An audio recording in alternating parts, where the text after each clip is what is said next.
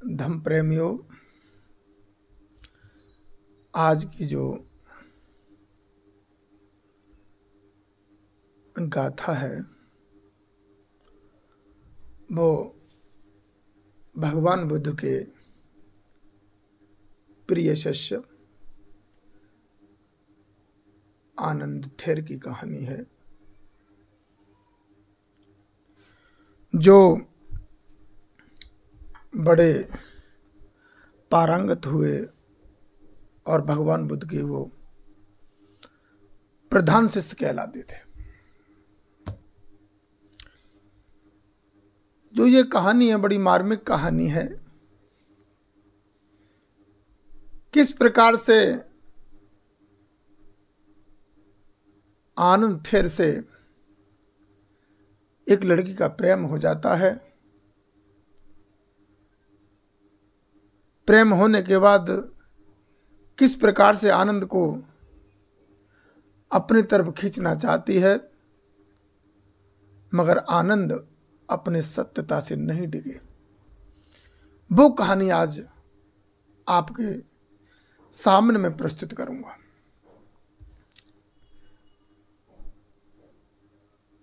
कहानी बड़ी मार्मिक है। जो ये कहानी श्रावस्ती की है। भगवान बुद्ध उस समय सावित्र श्रावस्ती में ठहरे हुए थे, जेतवन में।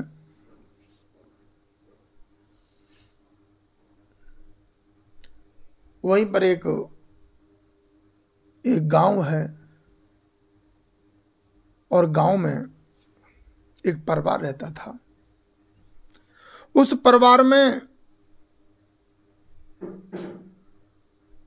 नंदिया मतंगी, एरक मातंग एक परिवार रहता था। बड़े खुश हैं जीवन में। धीरे धीरे समय बीता। मतंगी एरक के जीवन में कोई खुशी नहीं आई। खुशी का मतलब कोई संतान उत्पन्न नहीं हुई। दोनों पति पत्नी बैठे थे, आपस में बातें करने लगे।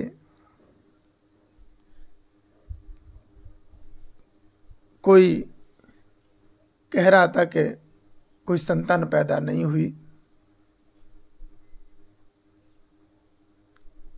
तो जीवन अधूरा सा महसूस होने लगा।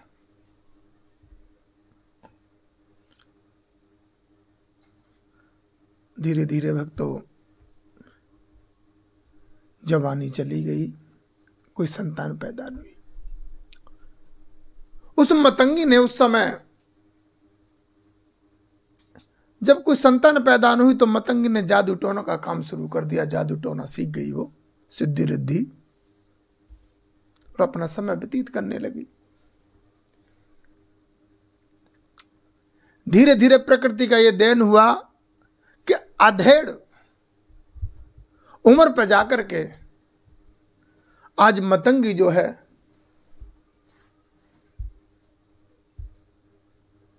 मां से हो जाती है, गर्भवती हो जाती है।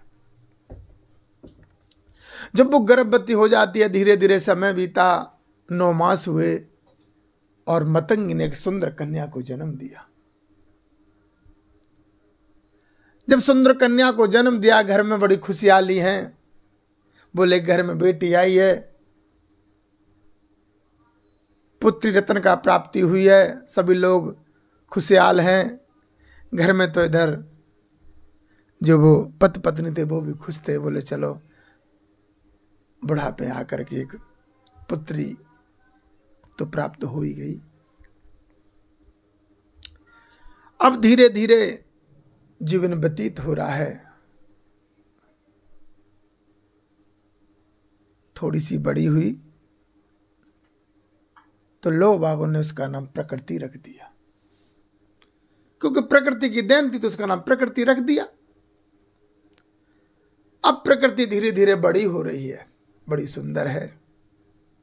चाल जो चलती ठुमक के चलती है, शरीर बड़ा लचीला सा है, मुखार चंद्रमान के समान है, होठ संतरा जैसे हैं, भौ कमान जैसी है। बड़ी सुंदर बेटी है। धीरे धीरे प्रकृति बड़ी हो रही है।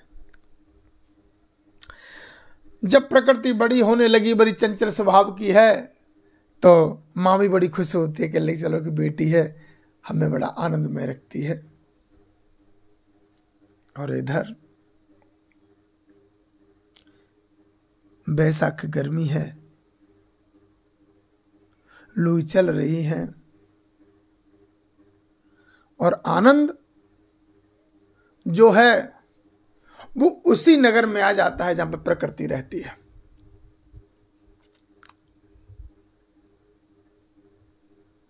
आज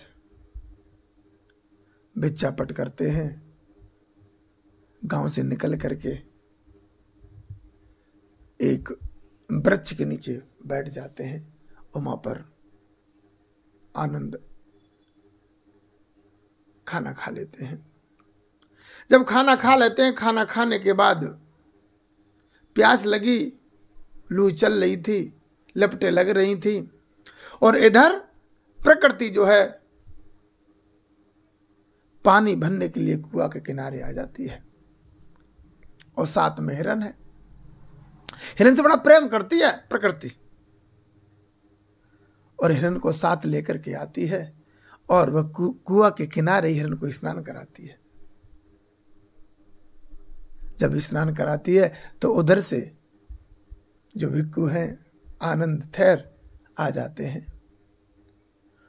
देखते देखते उसने देखा कुआं है, कुआं पे एक लड़की खड़ी हुई है, वो पानी पिला देगी।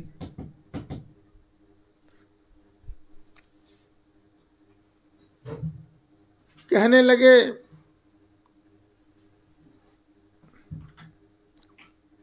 आनंद पास में आकर कहने लगे कि बेटी, हे भद्रे, मुझे आप पानी पिला दो।